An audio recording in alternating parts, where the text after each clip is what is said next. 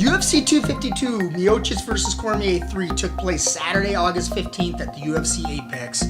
The main event will see the conclusion to the UFC Heavyweight Championship trilogy between Stipe Miocic and Daniel Cormier. This event will be closed to the public, and in case you missed it, Daniel Cormier knocked out Stipe in their first bout.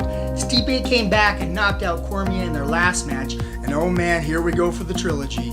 This fight is a legendary trilogy and might be the most important fight in UFC heavyweight history. Both fighters have incredible pedigrees and looking to solidify themselves as the greatest to do it in the octagon tonight. Let's talk Miocic versus Cormier. Stipe Miocic, 19-3, fighting out of Independence, Ohio, intends to defend his heavyweight championship for a record-setting 4th time.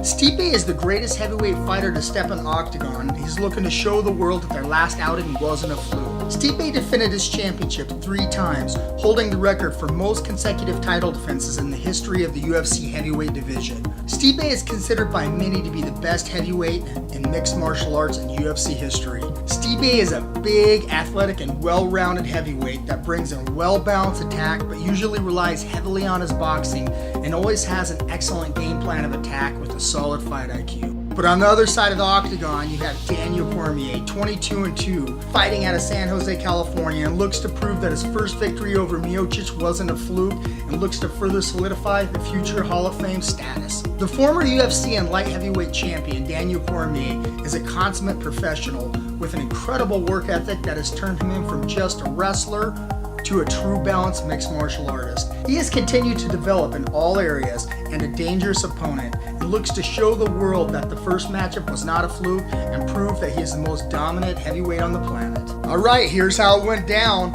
Both fighters were patient early, feeling each other out, having made their strategic adjustments because of their familiarity, having faced each other 2 times already.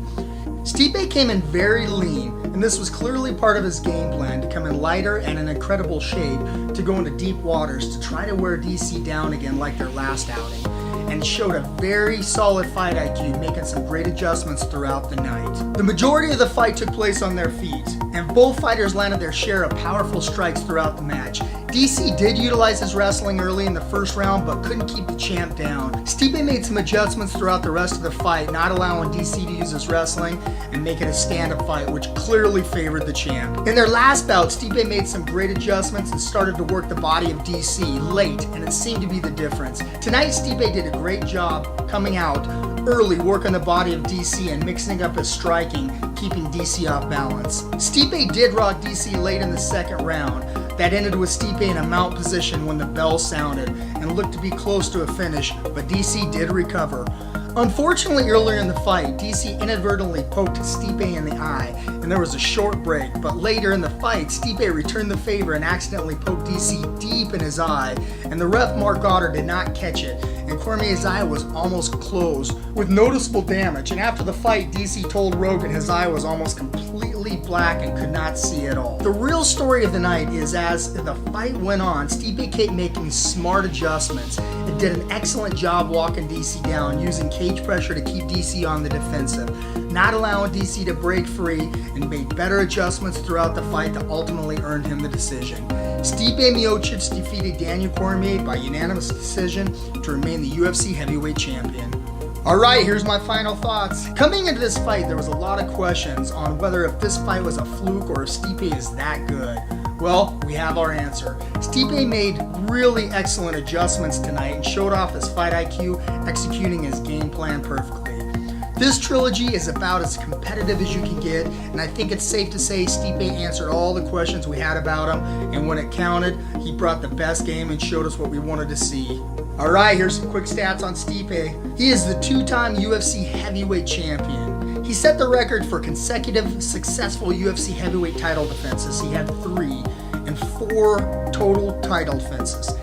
He's the number 3 ranked men's pound-for-pound fighter. He has 15 wins by KO. He has won 11 of his last 13. He now holds KO wins over Alistair Overeem, Fabricio Verdum, Mark Hunt, and now holds 2 victories over DC.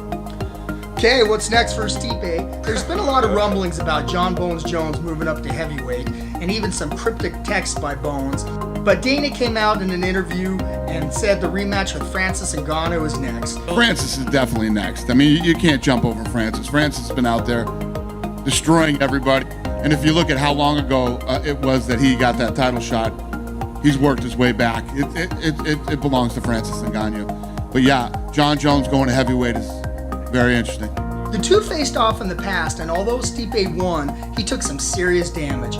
It was early in Ngannou's career, and he's a much better fighter than he was, and Stipe has only gotten better as the champion, so I can't wait for this fight. Guys, let me know in the comments who you think Stipe should fight next. Just wanted to give a big shout out to all of our loyal fans. We appreciate the support, and don't forget to smash that like button. This is Jay Catton with MMA Weekly's Lowdown Breakdown. See you next time.